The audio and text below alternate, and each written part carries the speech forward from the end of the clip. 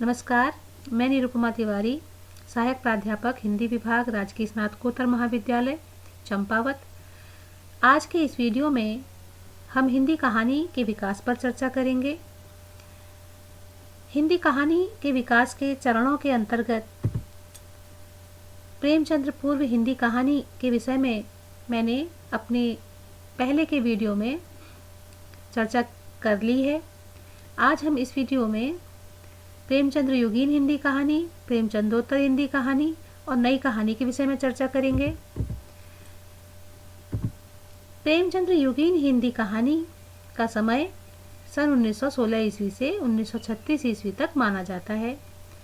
प्रेमचंद्र हिंदी के युग प्रवर्तक कहानीकार माने जाते हैं। पहले वे नवाब राय के नाम से उर्दू में लिखा करते थे। उर्दू में लिखा हुआ उनका कहानी संग्रह सोजे वतन सन 1907 ईस्वी में प्रकाशित हुआ था। स्वातंत्र्य भावना से ओतप्रोत होने के कारण इस कहानी संग्रह को अंग्रेज सरकार ने जब्त कर लिया था। इस कारण बाद में वे हिंदी में कहानियाँ लिखने लगे और हिंदी में उन्होंने प्रेमचंद्र नाम से कहानियाँ लिखी और उनका यह नाम कथा साहित्य में अमर हो गया। उनकी पहली हिंदी कहानी पंच परमेश्वर सन 1916 ईस्वी में प्रकाशित हुई और जो उनकी अंतिम कहानी थी कफन, वो 1936 ईस्वी में प्रकाशित हुई थी। इसलिए सन 1916 ईस्वी से लेकर सन 1936 ईस्वी तक का समय प्रेमचंद्र युग के नाम से जाना जाता है। मुंशी प्रेमचंद्र ने अपने जीवन काल में लगभग 300 कहानियों की रचना की, जो मानसरोवर के 8 खंडों में प्रकाशित हुई।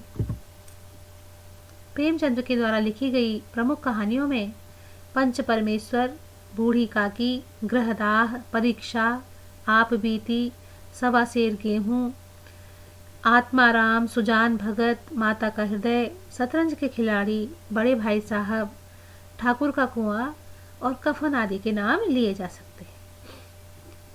प्रेमचंद्र के समकालीन कहानीकारों की अगर हम बात करें तो उनमें पंडित विश्वंभर नाथ शर्मा कौशिक, सुदर्शन, जयशंकर प्रसाद, चतुर्सेन शास्त्री, पांडेय बेचरसनवा उग्र, जैनेन्द्र अज्ञे, इलाचंद जोशी, यशपाल आदि के नाम लिए जा सकते हैं।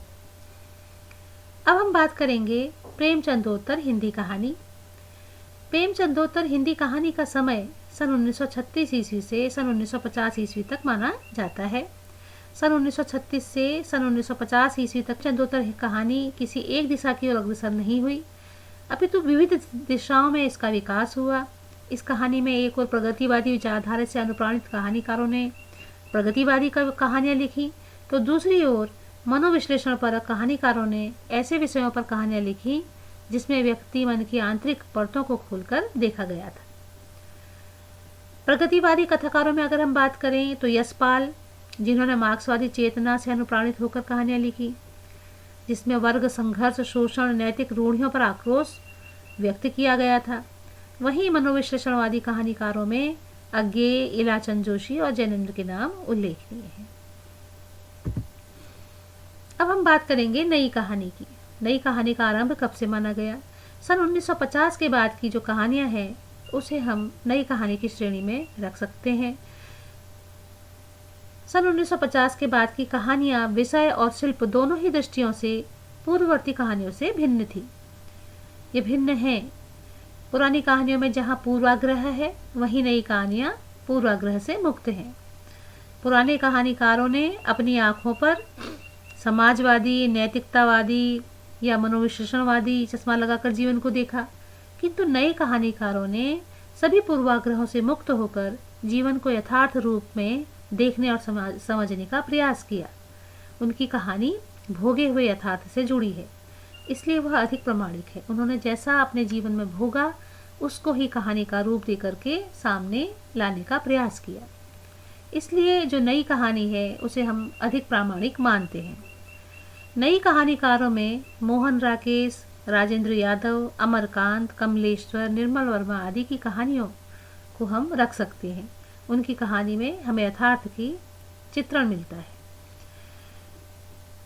तो इस प्रकार हमने हिंदी कहानी के विकास को जानने का प्रयास किया कि हिंदी कहानी का विकास अगर हम एक ऐतिहासिक क्रम में देखें तो कहाँ से आरंभ होता है। सन 1900 से हिंदी कहानी का विकास होते हुए नई कहानी तक आया है।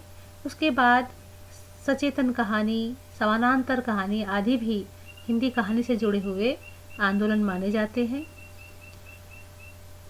मैं आशा करती हूँ कि इस वीडियो के माध्यम से हिंदी कहानी के विकास के चरणों को जानने का प्रयास छात्र छात्राओं के द्वारा किया जाएगा। इसी के साथ मैं अपना वीडियो समाप्त करती हूँ। नमस्कार।